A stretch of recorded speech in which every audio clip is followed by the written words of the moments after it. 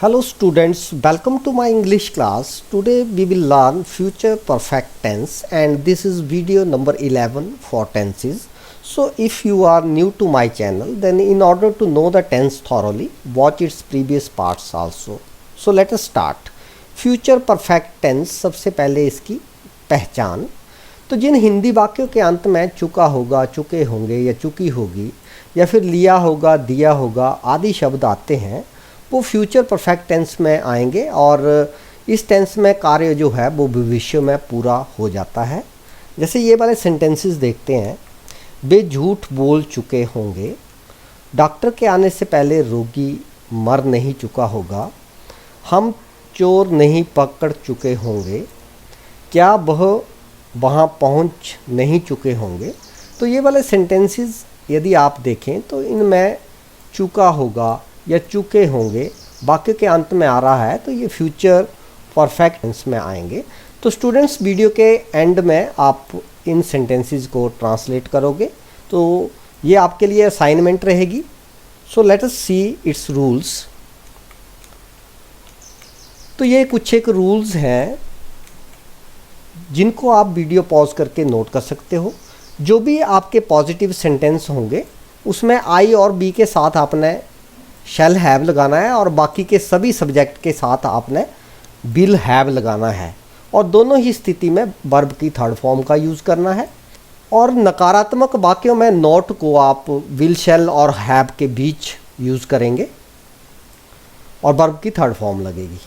और जो interrogative sentence होंगे उसमें विल या शैल का प्रयोग जो है वो आप सब्जेक्ट से पहले करेंगे और हैव बाद में आएगा और वाक्य के अंत में आप साइन ऑफ इंटेरोगेशन लगाएंगे। तो स्टूडेंट्स इनको हम अप्लाई करते हैं सेंटेंस के ऊपर, आपको बहुत अच्छे तरीके से समझ आएगा। ये हैं कुछ एक प्रैक्टिस के लिए सेंटेंसेस। सबसे पहले लेते हैं अफर्मेटिव सेंटेंसेस, जिसको आप हिंदी में सकारात्मक वाक्य बोलते हो, इनको पॉजिटिव सेंटेंसेस भी कह सकते हैं।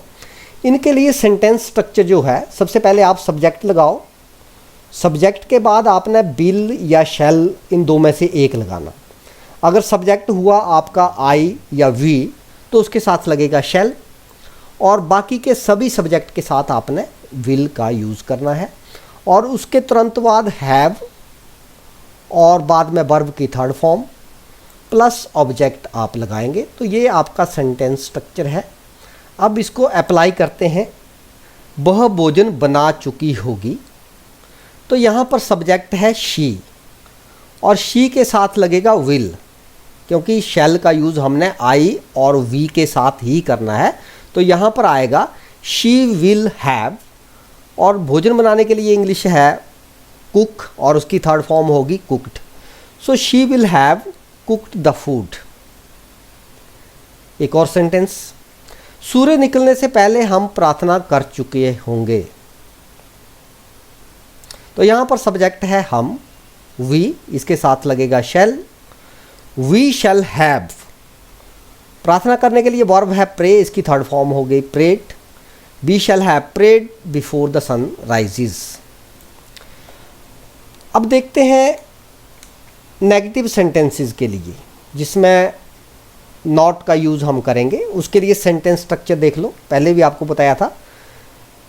सब्जेक्ट के साथ विल और शैल इनमें से एक और हैव और विल शैल के बीच में लगेगा आपका नॉट, फिर वर्ब की थर्ड फॉर्म प्लस ऑब्जेक्ट। तो जैसे ये वाला सेंटेंस है, वे युद्ध में मारे नहीं गए होंगे, तो यहाँ पर सब्जेक्ट है दे के साथ लगेगा will, they will not have died in the war. तो ये आपकी ट्रांसलेशन होगी। इसी तरह नेक्स्ट सेंटेंस, हमने 10 बजे तक अपना काम समाप्त नहीं किया होगा। तो यहाँ पर सब्जेक्ट है वी के साथ लगेगा शैल, वी शैल नॉट हैव। समाप्त करने के लिए है फिनिश, इसकी थर्ड फॉर्म आ गई finished, our work till 10 o'clock। तो ये इसकी ट्रांसलेशन हुई। नेक्स्ट सेंटेंस, वर्षा होने से पहले चाचा जी घर नहीं पहुँच चुके होंगे। तो यहाँ पर सब्जेक्ट है चाचा जी, uncle, so uncle will not have reached home before it rains. अब देखते हैं इंटेरोगेटिव सेंटेंसेस। तो इंटेरोगेटिव सेंटेंसेस में हम प्रश्न पूछते हैं। इसका सेंटेंस स्ट्रक्चर है विल या शैल ऐसे वाक्यों में पहले लगेगा, उसके बाद आप सब्जेक्ट लगाएंगे, उसके बाद हैव लगेगा, फिर वर्ब की third form plus object plus other words. Sentence के ऊपर अप्लाई करते हैं इसको। क्या किरण अपना पाठ पढ़ चुकी होगी? तो यहाँ पर सब्जेक्ट है किरण, और किरण के लिए शैल नहीं आएगा, यहाँ पर आएगा विल। विल किरण, उसके बाद लगेगा have. Will Kiran have studied her lesson. Verb की थर्ड फॉर्म आ गई स्टडीड। इसी तरह नेक्स्ट सेंटेंस, क्या वह मछलियाँ पकड़ चुका होगा? तो यहाँ पर सब्जेक्ट है ही, और ही के लिए पहले लगेगा will. So will he catch caught caught, third form है वर्ब की। विल ही हैव, उसके बाद थर्ड फॉर्म लगाई कॉट द फिश। और इंटेरोगेटिव सेंटेंस है तो लास्ट में आप क्वेश्चन मार्क भी लगाएंगे, साइन ऑफ इंटेरोगेशन। इसी तरह एक और सेंटेंस देख लो, क्या वह खाने का मेज नहीं लगा चुका होगा? तो यहाँ पर सब्जेक्ट है ही, और ही के ठीक पहले आएगा विल।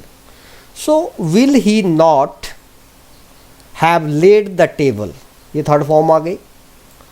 और जो नेगेटिव इंटेरोगेटिव होंगे, ये तो दो इंटेरोगेटिव थे, ये नेगेटिव भी है साथ में, तो जो नेगेटिव इंटेरोगेटिव होंगे उसमें सब्जेक्ट और हैव के बीच में आएगा नॉट, ये चीज़ आपने नोट कर लेनी है।